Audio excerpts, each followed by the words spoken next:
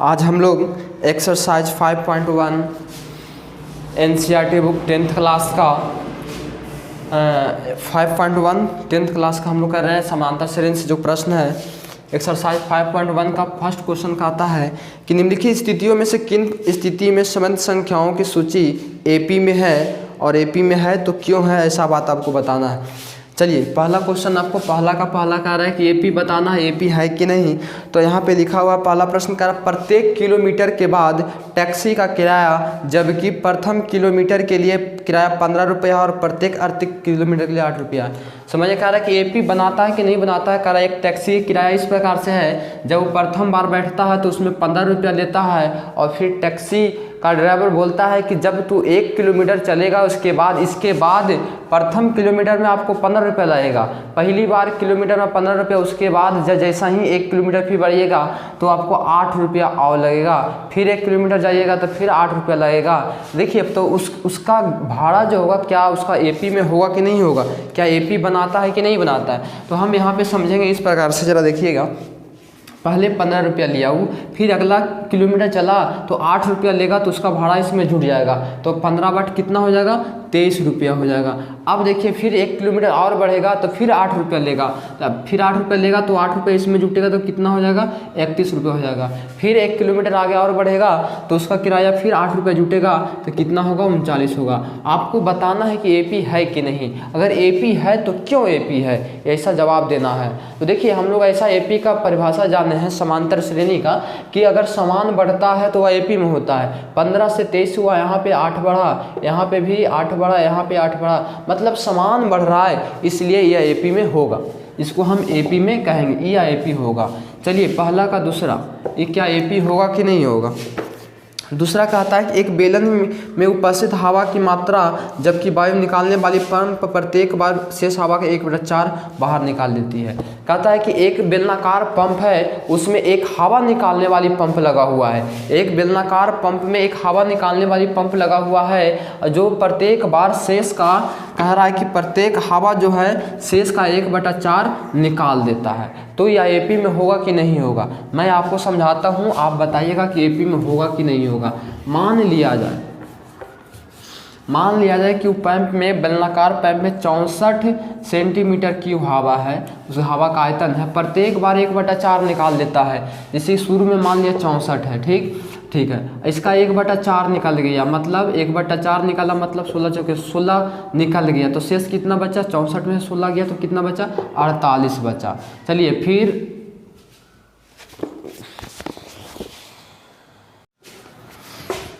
आइए question number हम लोग 2 देख रहे थे। पहला का दूसरा चल रहा था एक्सरसाइज 5.1 का। ये दूसरा क्या कहता है कि किसी बेलन में उपस्थित हवा की मात्रा, कोई बेलन है उसमें कोई हवा है उपस्थित है, उसमें कहता है कि प्रत्येक जो है बार उस 1/4 भाग बाहर निकलता है। तो जब इस प्रकार से जब निकलता जाता तो क्या उसको हम एपी कहेंगे, क्या एपी में होगा, ऐसा प्रश्न चल रहा था, पूछ रहा था। तो हम लोग जैसे मान लिया कि उसमें 64 सेंटीमीटर की हवा है, इसमें 1/4 भाग निकल गया। यार ध्यान दीजिए, 64 का 1/4 भाग जब निकल जाएगा तो कितना बचेगा, ये आपको हो गया 16 चौके 64, 16 निकल गया। तो बताइए 64 में से 16 गया, कितना बचा, 48 बचा। अब फिर इसका 48 का भी 1/4 भाग निकल जाएगा। 48 का 1/4 में निकलेगा तो बर चौका 48 हो गया, 12 फिर निकलेगा तो 48 में से 12 जाएगा तो कितना बचेगा, फिर 36 बचेगा।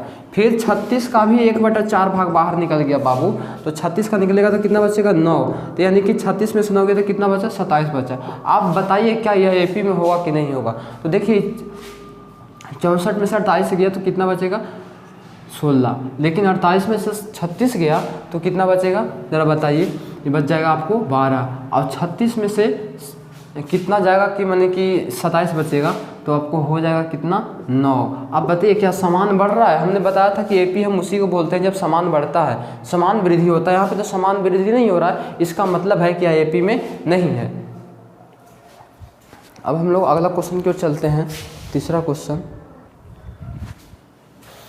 देखिए, तीसरा क्या कह रहा है। तीसरा कह रहा है कि प्रत्येक मीटर की खुदाई के बाद, प्रत्येक मीटर मतलब समझिए, एक तीसरा प्रश्न में कह रहा है कि एक कुआं खोदा जाता है। एक कुआं की खुदाई के लिए खोदने की लागत प्रथम किलोमीटर में 150 रुपया है। जब पहली बार 1 किलोमीटर खनता है तो 150 रुपया मजदूर लेता है और प्रत्येक खुदाई के बाद मीटर में 50 रुपया लेता है। कह रहा है कि शुरू बार खोदता है 1 मीटर तो 150 रुपया लेता है, और जब उसके बाद फिर और 1 मीटर खोदता है तो फिर 50 रुपये मीटर खोदते जाता है। तो पहला 150 रुपया लिया, फिर 1 मीटर खरीदा तो 50 रुपया लिया, तो कितना हो गया, 200 हो गया। फिर लेगा 50 रुपया, 250, फिर लेगा तो 300, इस प्रकार बढ़ते जाएगा। बताइए सब में 50 बढ़ा, यहाँ 50 यहाँ। जब समान वृद्धि होता है, सबके बीच में अंतर समान होता है, उसको तो एपी कहते हैं, मतलब ये एपी में होगा क्योंकि समान बढ़ रहा है। चौथा जरा देखिए, चौथा कारक चक्रवृद्धि ब्याज है बाबू। चक्रवृद्धि ब्याज वाला वो समान नहीं बढ़ता। चक्रवृद्धि ब्याज क्या होता है कि मूलधन और ब्याज को जोड़कर फिर उस पर ब्याज लगता है, इसलिए वो समान नहीं बढ़ेगा, इसलिए वो भी एपी में नहीं है। चलिए अब हम चलते हैं आगे की ओर। क्वेश्चन नंबर दूसरा। क्वेश्चन नंबर दूसरा क्या है, बहुत आसान प्रश्न है, एक्सरसाइज 5.1 में, बहुत हल्का है। पीछे वाला वीडियो अगर आप देखें हैं तो यहाँ बहुत आसान लगेगा। कह रहा है कि दूसरा की 4 पद लिखे, एपी के प्रथम 4 पद लिखिए।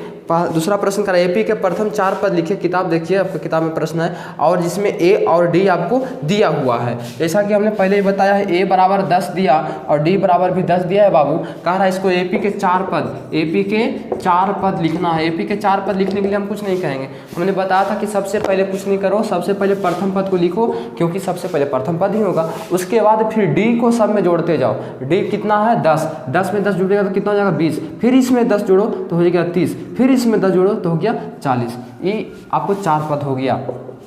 देखिए इसी प्रकार से दूसरा का पहला था, दूसरा का दूसरा देखिए क्या कह रहा है। दूसरा का दूसरा इसी प्रकार से कह रहा है कि ए बराबर है -2, ए बराबर -2 और डी बराबर 0, तो एपी के 4 पद लिखना है। एपी के 4 पद लिखना है आपको, नहीं लिखा जाएगा, लिखा जाएगा। ए का सबसे पहले लिखिए -2, इसमें डी जोड़ते जाइए। डी का मान यहाँ पे 0 दिया, 0 जोड़िए तो फिर इतना ही रहेगा, फिर इतना ही रहेगा, फिर इतना ही, सब 0 क्योंकि जोड़ना है, 0 जोड़ेगा कोई फर्क नहीं पड़ेगा, इसलिए इतना ही हो गया। चलिए 4 पद आगे लिखा गया। आगे और हम चलें तो क्वेश्चन नंबर दूसरा का तीसरा क्या कहता है। देखिए सब इसी प्रकार का प्रश्न है। दूसरा में कह रहा है, दूसरा का तीसरा कि अगर ए बराबर 4 है और डी बराबर -3 है तो एपी के 4 पद लिखिए। एपी के 4 पद कैसे लिखाएगा, लिखेगा एपी के 4 पद कैसे, सबसे पहले प्रथम पद को ना, प्रथम पद को 4 लिखा, फिर डी को जोड़ते जाना है। लेकिन यहाँ डी तो माइनस में है, इसका मतलब घटते जाएगा। तो 4 में से 3 गया तो कितना बचेगा, 1, 1 में से 3 गया तो कितना, -2, -2 में से 3 गया तो कितना, -5। चलिए 4 पद हो गया, मतलब डी को जोड़ते जाना है, माइनस में रहेगा तो घटेते जाना है। चलिए ये तीसरा था। अगर उसी प्रकार से और देखें तो चौथा भी उसी प्रकार से होगा, पांचवा देखें तो चलिए अब तीसरा में चलते हैं। तीसरा प्रश्न क्या कहता है सुनिएगा, वीडियो रोक कर फटाफट आप लोग बनाइएगा क्वेश्चन को। तीसरा में प्रश्न कह रहा है बाबू, तीसरा में कह रहा है कि निम्नलिखित में से प्रत्येक एपी के लिए प्रथम पद सारबंतर लिखिए। ये तो और बहुत आसान प्रश्न है। प्रत्येक के लिए जैसे 3 हो गया, 1 हो गया, -1 हो गया, -3 हो गया, इसको प्रथम पद मतलब ए लिखना, सारबंतर मतलब डी लिखना। प्रथम पद 3 हो गया और सारबंतर अगला में से पिछला जाएगा तो सारबंतर मिलेगा। 1 में से 3 जाएगा तो सारबंतर 1 में 3 कितना बचेगा, -2। ये आपको आंसर हो गया। बहुत आसान प्रश्न है। चलिए तीसरा का दूसरा देखें, अगर तीसरा देखते हैं दूसरा बन जाएगा। तीसरा देखिए 1/3 है, 5/3 है, 9/3 है, 13/3 है। कह रहा है कि बताइए इसका प्रथम पद क्या होगा और सारबंतर, तो प्रथम पद 1/3 हो जाएगा बाबू। और लेकिन सारबंतर डी क्या होगा, तो अगला में से पिछले घटाइए, 5/3 - 1/3, एलसीएम लीजिएगा 3, 5 - 1 कितना हो गया, 4/3, आपका आंसर हो गया। हो गया ना, बहुत आसान प्रश्न है। आगे चलते हैं, तीसरा का चौथा दशमलव में है, उसको देख लेते हैं।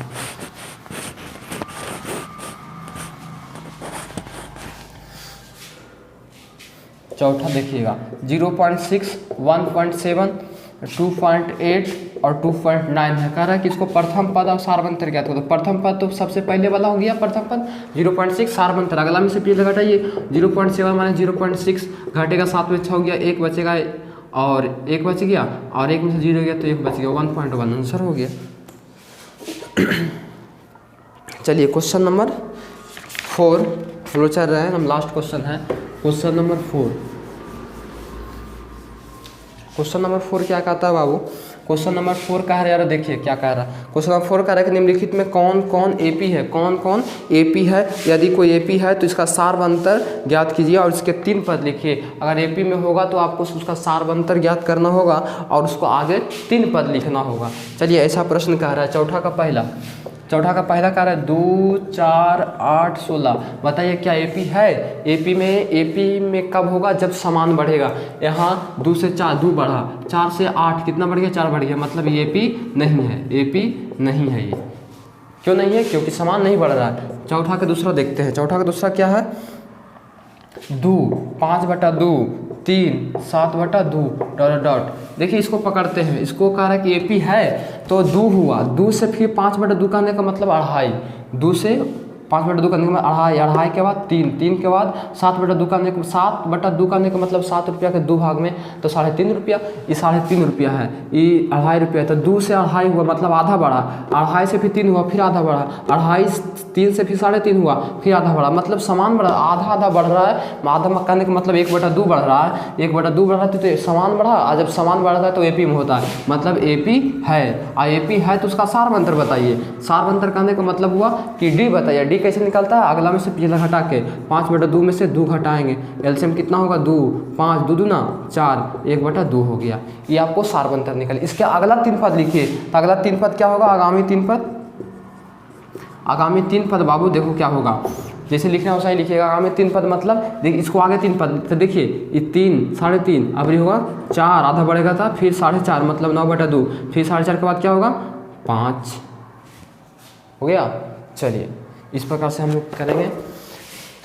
यहाँ दूसरा क्वेश्चन हमने देखा, अब हम चलते हैं तीसरा को देखते हैं। वीडियो रोक कर इसको देख लीजिएगा, लिख लीजिएगा, फटाफट करते हैं।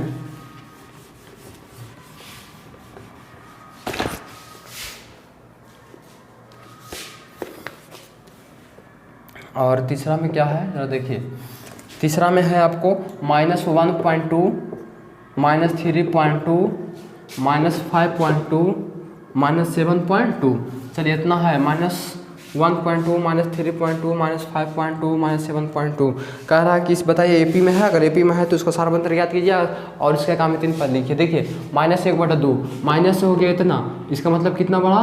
2 बढ़ गया। -1.2 में +2 जोड़ेंगे तब ना हो जाएगा इतना 3.2।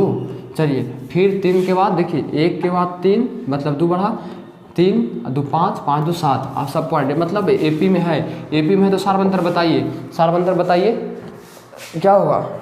अगला में से पिछला -3.2 में से घटाना है, अगला में से पिछली घटाना है, तो माइनस आई माइनस है यहाँ से, तो माइनस माइनस प्लस कितना हो जाएगा? -2 हो जाएगा। 0 2 0 हो गया, 3 में से गया 2 हो गया, -2 हो गया। अब इसको आगामी 3 पद, आगामी 3 पद बहुत हल्का, आगामी 3 पद देखिए कुछ नहीं करना है। जिसे कितना 2 बढ़ा, 3 से 2 पॉइंट के बाद तो 2 है ये, तो उससे भी हमको लिखते जाना है। और लेकिन 3 के बाद 5 5 के बाद 7 7 के बाद माइनस में 9 9 के बाद फिर माइनस में 11 फिर 11 के बाद माइनस में 13.2, बाकी सब 0.2 तो था। आगामी 3 पद हो गया। चलिए हम लोग आगे देखते हैं, और बहुत आसान मैथ है। तीसरा के बाद चौथा देखते हैं। चौथा का चौथा क्या है? क्वेश्चन नंबर 4 का 4 का 4 क्या कहता है जरा समझो। -10 -6 -2 फिर 2 है।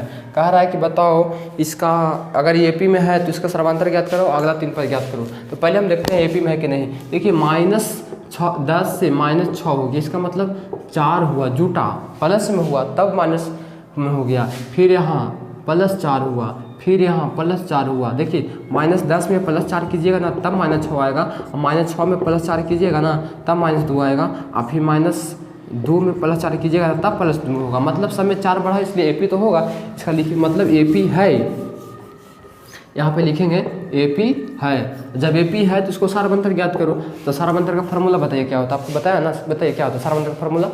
सार मंत्र का फार्मूला T2 माइनस T1 ना, तो T2 कितना -6 माइनस T1 कितना -10, तो माइनस माइनस जब पड़ी माइनस चलते माइनस था, अभी माइनस माइनस हो गया +10, कितना बचेगा 4। चलिए आगामी 3 पद लिखना है इसको। आगामी 3 पद मतलब देखिए कुछ नहीं करना है। 4 जोड़ते गए थे हम लोग, 4 जोड़ रहे थे माइनस, तो 4 जोड़ा तो इतना हुआ, फिर इतना, फिर 4 जोड़ा तो प्लस में, तो 4 के जोड़ेंगे तो फिर 6 होगा, 6 के बाद फिर 10 होगा, 10 के बाद फिर 14 होगा। चलिए वीडियो पीछे करके देखिएगा, कई बार वीडियो को देखिए ताकि समझ में आ जाएगा आपको। आगे चलते हैं।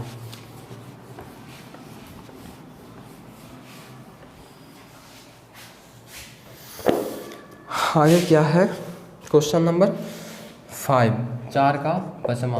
4 का पचमा क्या कहता है, 3 प्लस रूट 2 और 3 प्लस 2 रूट 2 और 3 प्लस 3 रूट 2 क्या एपी में है, इसको बताना है। देखिए यहाँ 3 था, 3 के बाद हो गया 3 प्लस रूट 2, फिर 3 प्लस 2 रूट 2, फिर 3 प्लस 3 रूट 2, मतलब क्या है 3 प्लस रूट 2, इसमें फिर एगो प्लस रूट 2 रहा था, 2 रूट 2 हो गया, इसमें फिर जोड़ा तो मतलब सब में क्या है जुड़ते जा रहा है 2 सब में रूट 2 जुड़ते जा रहा है, इसलिए एपी में होगा। जब एपी में होगा तो हम सारमंत्र बताते हैं, एपी में यह लिखेंगे एपी में है तो सारमंत्र क्या होगा, डी क्या होगा, अगला में से 3 प्लस रूट 2 माइनस 3 घटा दिया, अगला में से पिछला घट गया, तो 3 खाता बचे कितना रूट 2, इसका ये सारमंत्र कितना आया, रूट 2 आया। आगामी 3 पद पूछ रहा ना, आगामी 3 पद बाबू, आगामी 3 पद पूछ रहा है, तो बताइए अगला 3 पद कुछ नहीं करना है, 3 रूट 2 तो 3 प्लस 4 रूट 2, फिर 3 प्लस 5 रूट 2 और 3 प्लस 6 रूट 2। चलिए कुछ तो नहीं, 3 तो आगे सब में था बाबू, 3 2 root 2, 3 root 2, 4 root 2, 5 root 2, 6 root 2। चलिए इसी प्रकार से क्वेश्चन हम लोग का ही खत्म हो गया। आगे चलते हैं आगे चलेंगे तो क्या क्वेश्चन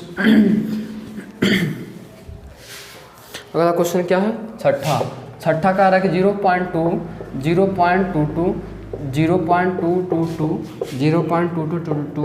क्या एपी में है, तो एपी में नहीं है, एपी नहीं है।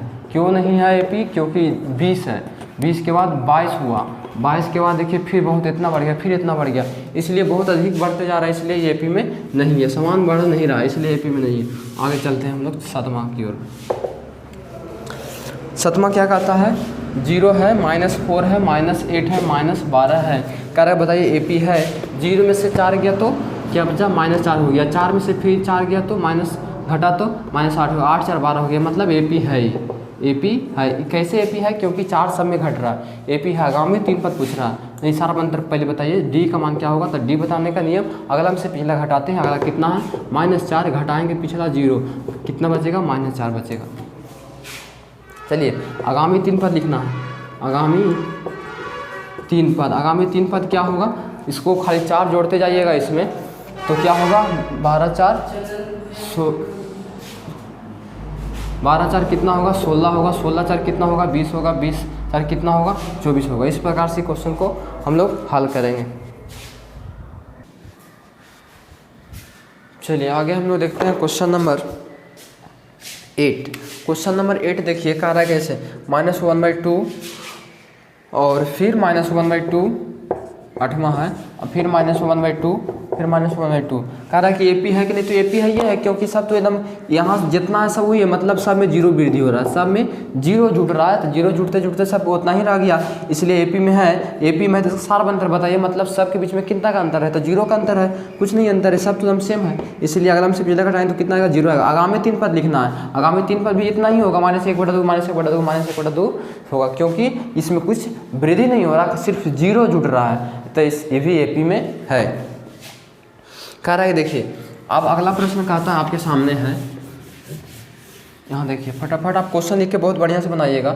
यहाँ कह रहा है 13927 क्या एपी में है। एपी में हम कब बोलते हैं बाबू, जब समान बढ़ता है तब बोलते हैं। यहाँ 1 है, 1 के बाद कितना हुआ 3 हो गया, तो मतलब 2 बढ़ा, 2 के बाद 9 हो गया, मतलब 7 बढ़ गया। जब इस प्रकार से वृद्धि होता है, जब कोई नियम के अनुसार नहीं बढ़ता है, जब समान नहीं बढ़ता तो उसको एपी नहीं कहते हैं, इसका मतलब एपी नहीं है। जब एपी है ही नहीं तो इसको आगे कुछ नहीं करना है। चलिए अगला क्वेश्चन को देखिए, अगला क्वेश्चन कह रहा है ए है 2a है 3a है 4a है, क्या एपी में है, तो हाँ इस एपी में है, इसको हम एपी बोलेंगे, समांतर से नहीं बोलेंगे। क्यों बोलेंगे, क्योंकि सब में समान बढ़ रहा है। यहाँ ए में ए जुड़ा था 2a, और 2 में तो ए था 3 है, 3 में तो 4a हो गया। अब अगला 3 पद क्या होगा, 5a होगा, 6a होगा, 7a होगा। इसका सार अंतर कितना होगा, अगला में से 2a में से पिछला घटाइए तो कितना बचेगा a बचेगा, मतलब इसका सार अंतर कितना हो गया, a हो गया। आइए बहुत बढ़िया बहुत हल्का प्रश्न है।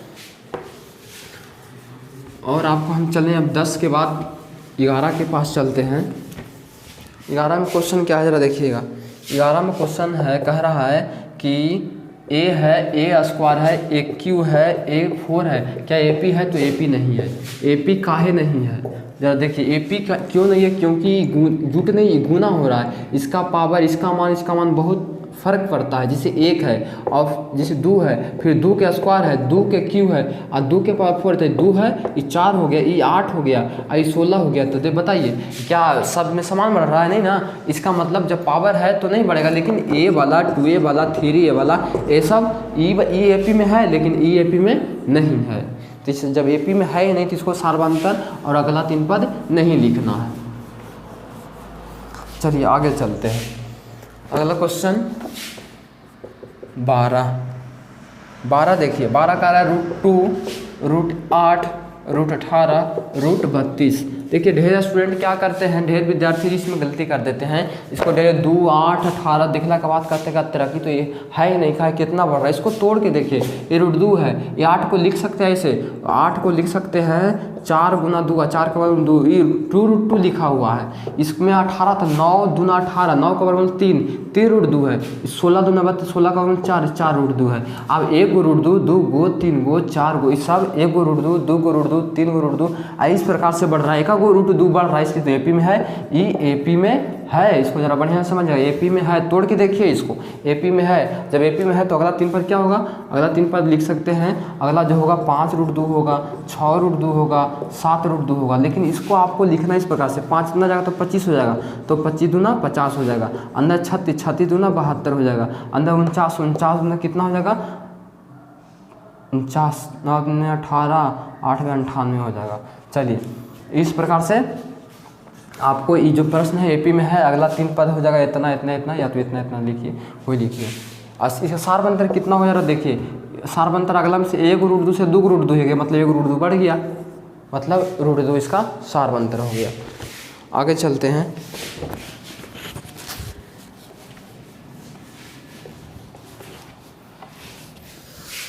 आगे चले तो क्वेश्चन नंबर आपको मिलेगा 13, √3, √6, √9, √12। देखिए √3 है, √6 है, यहाँ पे अंतर नहीं मिल रहा है, ये तो 3 हो जाएगा, आई तो 4 3 12 तो 2 √3 हो जाएगा। ये मतलब AP में नहीं है। क्यों नहीं है, क्योंकि इसमें समान वृद्धि नहीं है, √3 √6 इसका मान अलग अलग होता है, तो ये दोनों बराबर समान वृद्धि नहीं हो रहा है।